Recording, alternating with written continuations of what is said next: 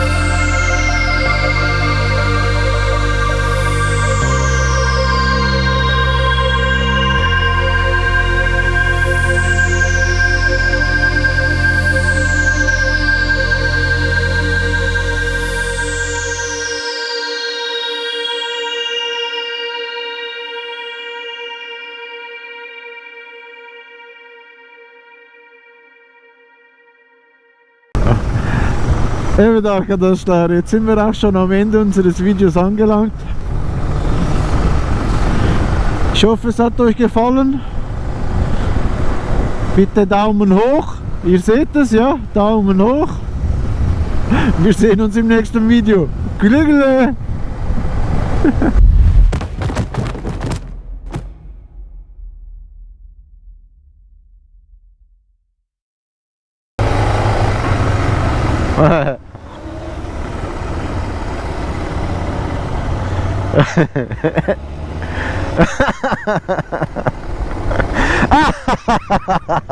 Oh Scheiße.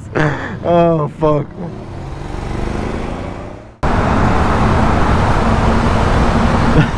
Wir nehmen es ziemlich gemütlich und haben wirklich Spaß.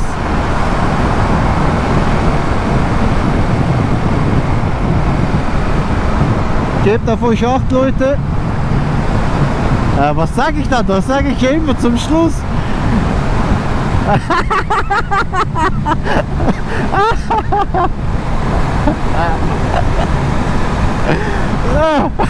Der scheiß Blitzer hat mir gerade den Rüsch gegeben. Oh fuck.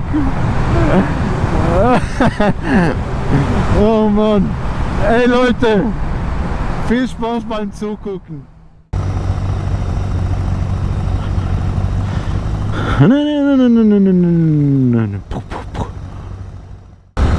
Merhaba arkadaşlar und herzlich willkommen zu einem neuen Video.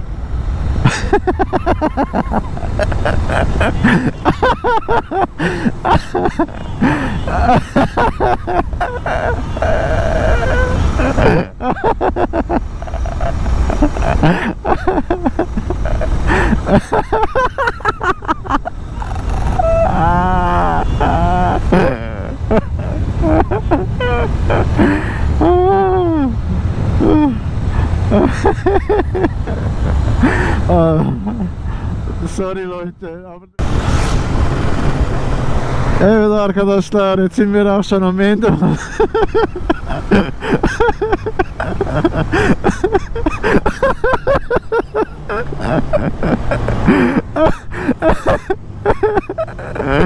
Oh Scheiße.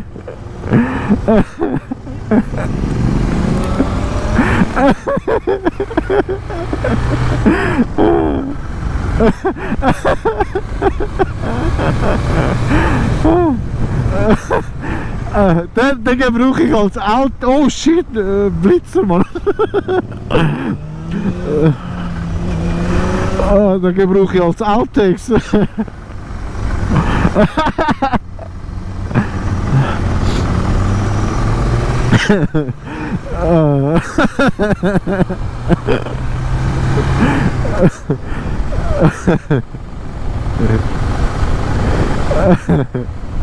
Ey, Scheiße, Mann.